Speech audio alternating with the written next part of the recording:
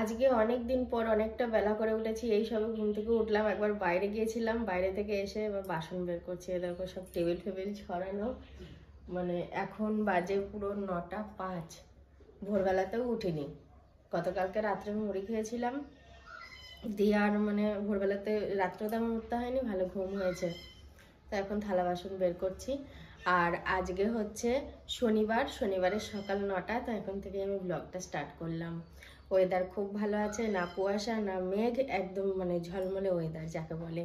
আগে এই বাসন কটা নামিয়ে তারপরে এইগুলো নামাবো, একবারে সব বাসন নামানো যায় না।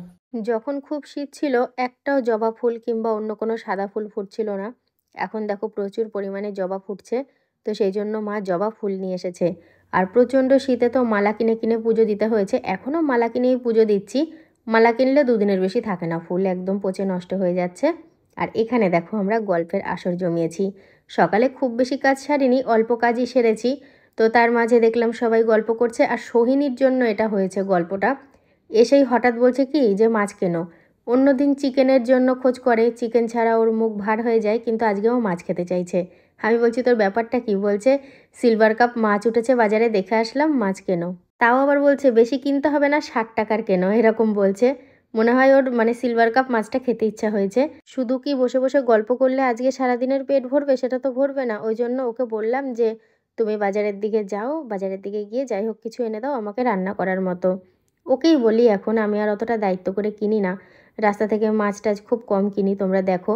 আগে নিজেই মাছ টাছ কিনতাম, এখন ওকে বলি ওই কিনে দেয়, ওই ভালো, মাথায় বেশি চাপ রেখে দরকার নেই। তো একটা মজার ব্যাপার হচ্ছে যে সিলভার কাপ মাছও আনেনি আর অঢেল কোনো সবজিও আনেনি। আজকে রান্না হয়েছিল, আমি রান্নার পর তোমাদেরকে শেয়ারও করিনি। কোকিলা মাছ, উচ্ছে ভাজা, আর তার সাথে হয়েছে আলু সয়াবিনের তরকারি। এই যে কুল দেখছো না, আগের দিন কেনা হয়েছে। কুল আজকে আমাদের নেওয়া হয়নি। সবজিওয়ালার কাছে গেছে, প্রচুর সবজি রয়েছে, কিছুই আনা হয়নি। সবজি টবজি কিছুই আনেনি, শুধু ভিডিওই করেছে। ইস, ল্যাঠা মাছ ছিল গো। আমার কয়েকদিন ধরে ল্যাঠা মাছ খেতে খুব ইচ্ছা হয়েছে। এবার কি বলো তো, ল্যাঠা মাছ কেউ খেতে চায় না, ও খায় না, মা খায় না, শুধু আমি আর বাবা। তো দেখা যাক একদিন আনবো ল্যাঠা মাছ। এই যে সিলভার কাপ মাছ, সোহিনী ঠিকই বলেছে, বাড়ি গিয়ে ল্যাঠা রয়েছে, সিলভার রয়েছে, অনেক মাছই রয়েছে আজকে বাজারে।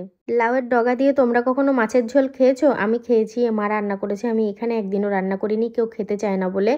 ল্যাঠা মাছ দিয়ে যদি এরকম কচি কচি লাউ ডগা দিয়ে ঝোল করা হয় না, জিরে লঙ্কা দিয়ে, দারুণ লাগবে। কিন্তু মানে কি বলবো, এই স্বাদ সবাই বোঝে না, ভাবে কি ফ্যাকাশে ঝোল ভালো লাগবে না, কিন্তু এইটার স্বাদ বুঝে যারা খাবে তাদের কিন্তু দারুণ লাগবে। তাদের মধ্যে আমি একজন আছি, আমার খুব ভালো লাগে। সকাল থেকে দুপুর, দুপুর থেকে ঝপ করে বিকেল, মাঝে অনেকক্ষণ কোনো শ্যুট নেওয়া হয়নি।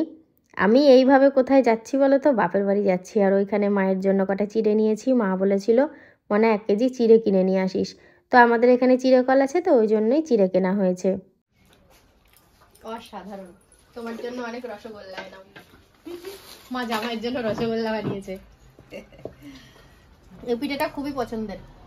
হ্যাঁ, এই পিঠাটা নতুন, এটা মালপো আমার। হ্যাঁ, দেখতে খুব সুন্দর হয়েছে, মনে হচ্ছে পুরো বাটির মতো। কি করে করলে বলো তো সাইজটা? কিচ্ছু না, আমি কড়াইতেই করেছি, তাই এরকম হয়েছে। ওই খেজুর গুড় আছে না, বাটি খেজুর গুড়, ঠিক ওই রকম দেখতে লাগছে, সেম ওরকম দেখতে লাগছে। ওটাও খুব টেস্টি হয়েছে। ভাল লাগলো শুনে, আমার কষ্টটা সারতে লেগেছে। তোমরা এটা জানো, এটা পুরনো হয়ে গেছে আমার বন্ধুদের কাছে। আমার মা আমার পছন্দের খাবার যত কষ্ট করেই হোক বানিয়ে দেয়। একদম। নিজে মাছটা খাবে না, সবজি দিয়ে ভাত খাবে, সেই পয়সাটা দিয়ে মেয়ের পছন্দের খাবার বানাবে। একদম, এটাই সত্যি। আমি এটা জানি। ও আমাকে এখন স্কুটি করে নিয়ে আসে, যাতে করেই নিয়ে আসে। আগে সাইকেলে করে নিয়ে আসতো। এসেই কি বলতো, ও সাইকেলে করে নিয়ে এসেই বলতো এই চালের বস্তা আমি আর পেছনে করে টানতে পারছি না, আপনি আমাকে একটা মোটর সাইকেল দিন। তখন কিন্তু মজা করে বলতো, তখন মজা করে বলতো। আমি আজকেও যেন ওই শুয়ে ভাবছিলাম ওই সাধনের কথাটা, যে মজা করে বলতো। ঈশ্বর মুখ তুলে তাকিয়েছে, সবার আশীর্বাদে আজকে সত্যি মোটর সাইকেল চালিয়ে আমার মেয়েকে নিয়ে আসে। সত্যি ও কিন্তু মানে সাইকেল যখনই নিয়ে আসতো তখনই বলতো, রেগেও যেত, বলতো আমি এই বস্তার পেছনে আমি আর টানতে পারছি না, আমার পায়ে আর নিচ্ছে না, কিন্তু তবু নিয়ে আসতো। না না, আমি বললে কখনো না করে না। ও যেমন আমাকে থাকতে দেয় না, কিন্তু এটা ঠিক, ওকে যখনই বলি তখনই নিয়ে আসে। হ্যাঁ হ্যাঁ, যে কোনো পরিস্থিতিতে। হ্যাঁ হ্যাঁ, না না, আমার জামাইয়ের মতো জামাই পাওয়া মানুষের মুশকিল আছে, খুব ভালো। এই যে মা আমাকে পিঠে দিয়েছে আর মায়েদের জন্য রেখেছে। এই যে দোকানে চলে এসেছি, মা দোকান খুললে এখনই। সব ঢাকা দেয়া, এই যে ধুলো রাস্তা কেটেছে, হ্যাঁ ধুলো সব ঢাকা দেয়া। সব ঢাকা দিয়ে রেখেছে। সত্যি এই রাস্তা কাটার কাজ হলে খুব সাংঘাতিক ধুলো হয়। হঠাৎ করে কি লম্বা হয়ে গেলাম, এ দেখো মায়ের থেকেও। পায়ের তলায় টুল আছে, একটা উঁচু টুল আছে, মা সেখানে বসে, আর তার থেকে বেশ কিছুটা ছোট একটা টুল আছে, ওটাই পা রাখে, ওই পা রাখার টুলটায় দাঁড়িয়ে রয়েছি। আমি মায়ের একটা ছোট্টখাট্ট কাজ করে দিই। হ্যাঁ, আমাদের আশেপাশের বাড়ির যদি কাউরির এই সমস্ত দোকানের জিনিস লাগে আমাকে বলে, আমি তো ধরো প্রায় দিনই যাতায়াত করি, আমি নিয়ে যাই, কিনে নেয়। এই যে দুটো চুড়ি নিয়ে গেছিলাম, চুড়ি দুটো মাপে ছোট হয়েছে, পাশের বাড়ি এক কাকিমা নেবে বলেছিল, দিয়ে উনি ওনার চুড়ির সাইজ দিয়েছে, আমি এবার ওই চুড়ি পাল্টে নেবো, নেল পালিশ নেবো। মাকে বললাম যে মা একটা আমাকে গলার চেন দাও, পরি। দিয়ে দেখো এইটা পছন্দ হচ্ছে না, কিন্তু সুন্দর, যেইটাই পরিয়ে দিচ্ছে বলছে মেয়েটা আমার কোনো কথা শোনে না। একটা লকেট দিয়ে চেন দিচ্ছে। আমার সোনার চেন রয়েছে, কিন্তু সবসময় সোনার চেন পরি না, যদি কিছু সমস্যা হয়ে যায়, ছিঁড়ে মিড়ে পড়ে যায়, ওই জন্য লকেট দিয়ে। সোনার চেনটা দিয়ে যাবি, আমি গলায় দিয়ে থাকবো। লকেটটা দিতে হবে না, কি ওই লকেটটা লাগিয়ে দেবো। না না হ্যাঁ হ্যাঁ হ্যাঁ, না বকো না, ওইটা কাজের লকেট। সে কাজের হোক। ও মা আর কি কি লকেট আছে? আর কিছু লকেট নেই। মা আমাকে দেখাবে না, বলছে আর কিছু লকেট নেই। আর 500 টাকা নাও, আমার প্যান্টটা বেকার হয়ে গেল।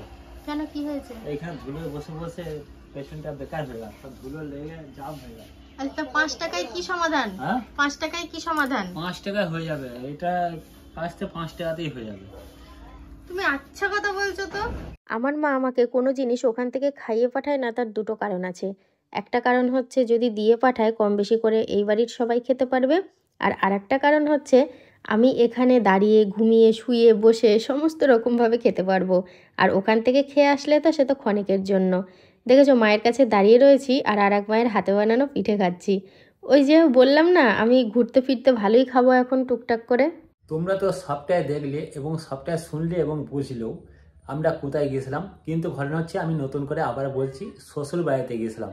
শ্বশুর বাড়িতে গেলাম, গিন্নিকে মোটরসাইকেলে পেছনে করে গিয়ে 10 টাকার চা বিস্কুট খেয়ে দিয়ে চলে আসলাম।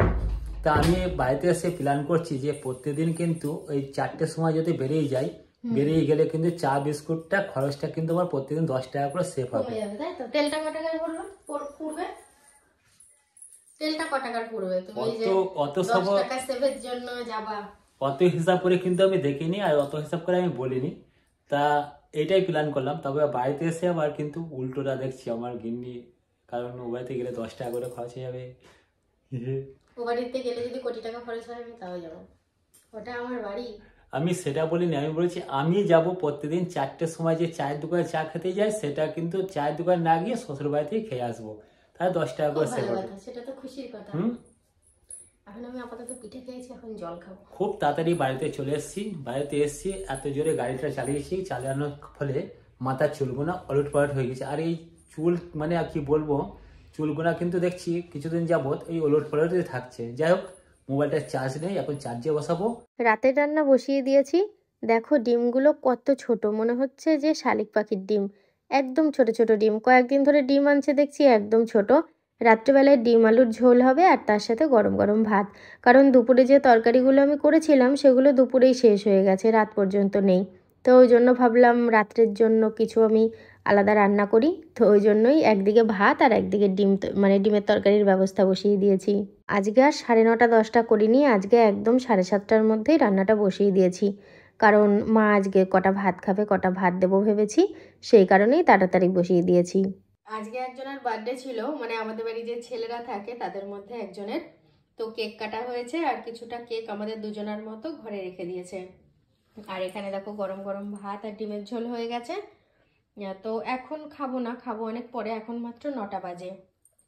কদিন আগে না এই ছবিটা খুলে গেছিল, ও ভিডিওতে দেখিয়েছি, বলো দেখেছো? আমি না খুব ভুলো মন, মানে আমার সেই রাজু ঠিক করছিল, দেখালাম, দেখাতে গিয়ে মনেও পড়ে গেল। এই আর কি, পিছনে আঠা দেয়া তো খুলে গেছিল ওই জন্য। সন্ধ্যেবেলা যখন আমি দোকানে যাই ডিম আনতে, তখন দেখি কিনা মেঘটা গুরুম গুরুম গুরুম করে আওয়াজ হচ্ছে। তার দোকানদারের সাথে কথা হচ্ছিল যে এখানে হয়তো বৃষ্টিটা হবে না, অন্য জায়গায় কোথাও হচ্ছে। যাক, বাড়িতে ডিম দিয়ে গেলাম, ডিম টিম দিয়ে ও তো রান্না কমপ্লিট করে ফেলেছে। দিয়ে আমি একটু পাড়ার দিকে গেলাম, পাড়ার দিকে থেকে যেই বসলাম 10-15 মিনিট পরে দেখি ওই গুড়ম গুড়ম করতে করতে ফিসফিসানি বৃষ্টি আরম্ভ হয়ে গেল। যাই হোক বন্ধুরা, বৃষ্টিতে ভিজে ভিজে টুকটুক টুকটুক করে বাড়ি আসলাম, মানে খুব একটা ভেজিনি, হালকার উপর আমি ভেজেছি। এসে খাওয়া দাওয়া করলাম, খাওয়া দাওয়া করে তোমাদের সাথে গল্প করছি, আর সাথে তো খাওয়া দাওয়া করে বিছানায় উঠে পড়েছে। তাহলে কি বন্ধুরা, আজকের মতন ভিডিওটা এখানেই শেষ করছি। সবাই ভালো থেকো, সুস্থ থেকো, দেখা হবে নতুন একটা ভিডিওর সাথে। Tata, good night.